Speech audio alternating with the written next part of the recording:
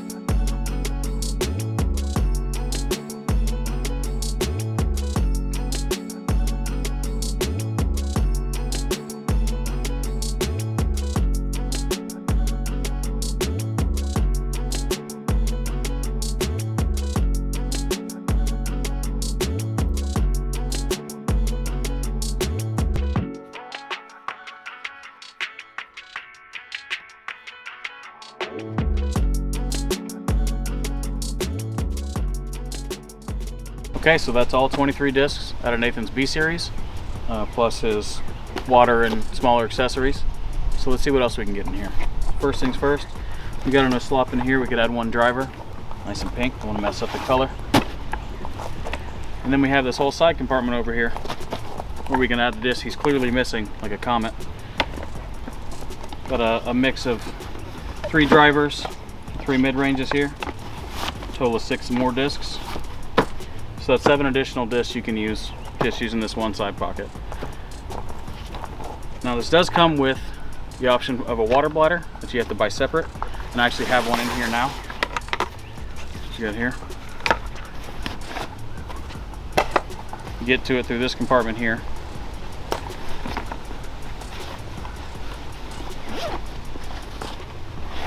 And it's a full 2 liters of water I have in here. So with that water off,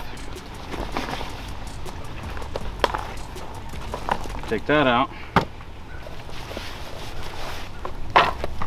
pull out this cooler insert, and you have a whole nother pocket where you can put another 5 to 6 discs depending on what kind of mix you go with. And if you want to take that a step even further, these tall pockets will hold 2 to 3 drivers each. Now at that point you're somewhere in the 30s, probably 35 discs, but you are jam-packed with no space for anything else. So now that we've maximized the disc capacity, let's take a look at what kind of space we have for a few more accessories. Okay, so for starters, I carry 2 cell phones, one for work, one for personal use. Got this nice big bungee pocket here. Both phones fit in there really well. Plenty of space to move around, not getting crushed or anything. And then I like to carry a little more in the way of grip accessories. So I've got a wax puck. And then my Oklahyzer mitten bag, soon to be on resistancedisc.com. Look out for that, pick that up at the affiliate link.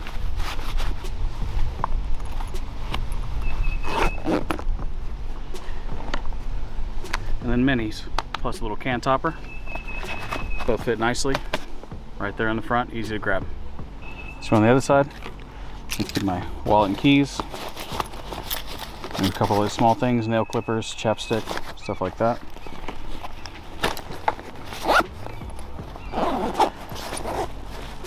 And then I also like to keep this style retriever in case it's a little too far out for my pole.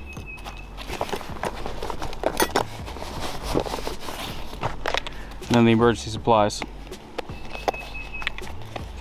Little ibuprofen, little butt powder. Fits right in there. No problem. So now we're loaded up with everything you need for a round and then some, including 3 liters of water, 30 discs, and every accessory that you could probably need. On top of that, this entire tall pocket is still empty, aside from phones at the top. You could easily fit some extra towels or a raincoat, a light hoodie, something like that. If you put a heavier hoodie in here, then you start to kind of encroach on your disc pocket and things get a little tougher to get out. Right now, things are still reasonably easy to get in and out. A little tight to put back in. But aside from that, pretty much ready to go. Moving on to our next topic, comfort and ergonomics.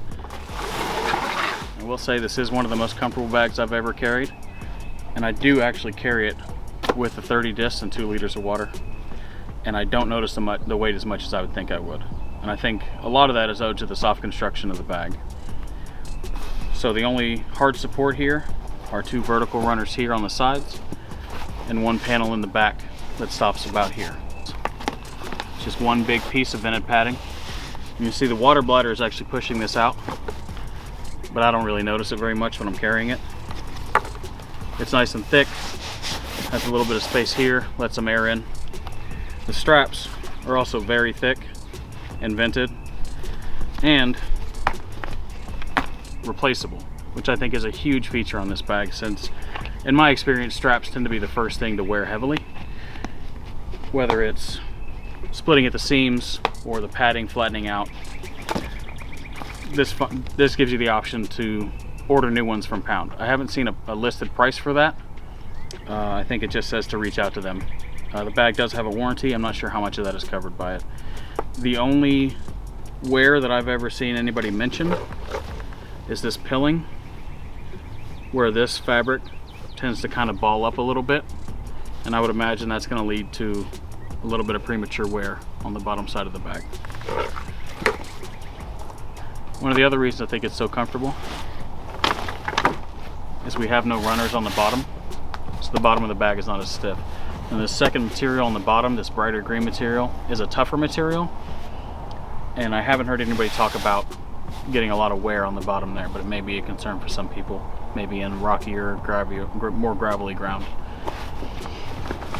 And that brings about a concern about stability, whether this bag is going to fall over or not. In my experience, it sits pretty good. It really wants to sit down, but a lot of that I think is owed to the water bottle riding on the side here. And I have found that when I have my full 2 liters in the water bladder at the beginning of the round, if I don't set it straight down, it does try to fall back a little bit. So sometimes I have to turn a little bit to match the hillside a little more, be a little more conscious of that. I have knocked it over forward a couple of times, and I did not have all the discs roll out, so that was kind of nice. So now that we've covered price, capacity, and ergonomics, I want to cover a couple of small details that I think make this bag really great.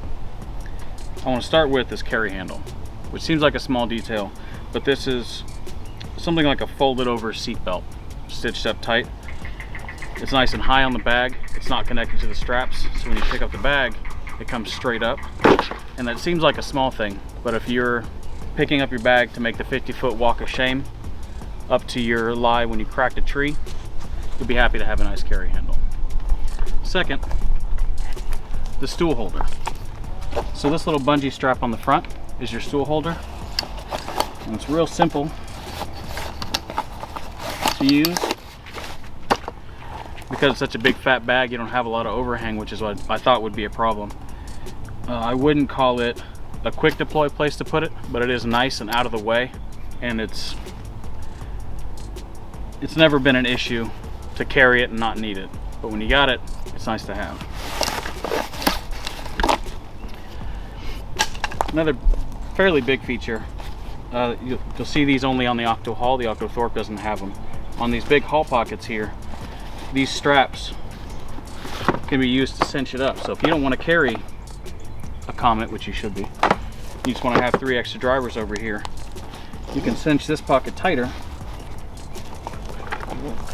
on all 4 corners and snug it up so you don't have that extra material flapping around and causing a problem.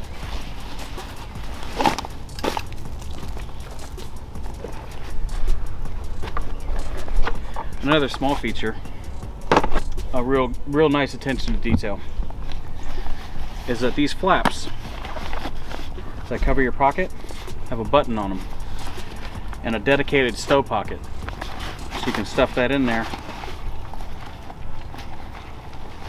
snap it shut, and forget about it. You're not going to pull that flap out every time you pull a disc out. And on top of that, you could use that smaller pocket as a secondary storage area. It's a little small, but you could carry some small things in there if you really wanted to. Another thing is that this bag comes with waterproof zippers. So you may notice we haven't mentioned a rainfly. A rainfly does have to be purchased separately for this, and it's $75, which is fairly considerable for just a rainfly. But the material is fairly water resistant, and it has these big heavy duty water resistant zippers which keep out a surprising amount of water. So if you got to play a rain round and you don't have a rainfly, it's not the end of the world. And on top of that, the spot where I stuck my getting stick could double as an umbrella holder. You could run the umbrella down there, have 2 points of contact for it, and have it standing open over your bag if you wanted to do that. So now it's part in the video where we cover something that I haven't seen in a lot of other Pound bag reviews, and that's the negatives of the bag. After carrying it for a few months, I have surprisingly few complaints about it, but I feel it's important to go ahead and touch on those. So, complaint number 1, the zippers, they are waterproof, they are tough, but the side effect of that is that they can be kind of tough, especially in the corners. And on top of that, getting these smaller ones started back, you really have to pinch around to find a spot to get them started back. I feel like that's something that will improve over time as the teeth kind of wear against each other, and they are already a little bit better. But I feel like that is an out-of-the-box negative. Next one I'm going to slide into, these straps I touched on. I feel like they could have been positioned a little better. So the way they are now, they're connected to the main body of the bag. And as a result, when you cinch this down, if you cinch it too tight, you also pull your tall pocket tight. And if you have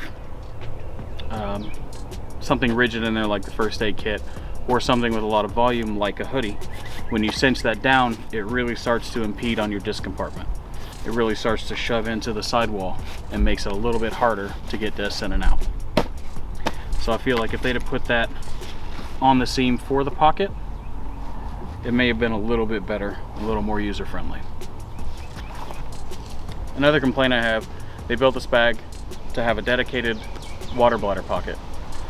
They even designed it with a small hole stitched nicely so that you can pull your hose through it and run it out to be used on the course. What they didn't include was any way to guide the hose down or restrain it once it's exited the top of the bag. So I've had to sort of weave it through the webbing that's on the strap, and it makes it a little awkward to use sometimes. My final complaint, and I feel like this is a pretty small one, is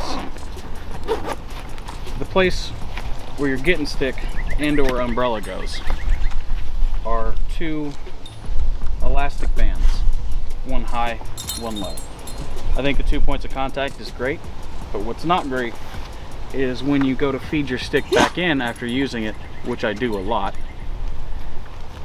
you have to reach down in there and guide it in. And I feel like if they'd have put maybe a nylon sleeve here or something like that, this may have been a little more easier to access. So now we've covered the price, the capacity, the comfort, the little features that make the bag, little features that break the bag. And that brings us back to our original question: is the Pound Octo-Haul worth the price tag?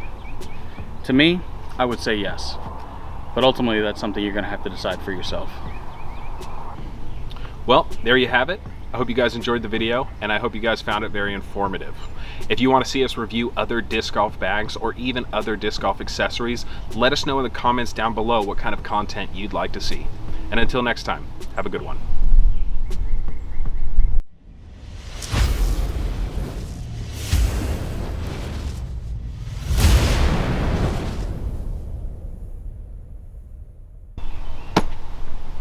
Forgot where I was going with. Oh, right. What's up, guys? I'm Nate's buddy Alex. Bad on camera. Worse in real life. Oi! Quit!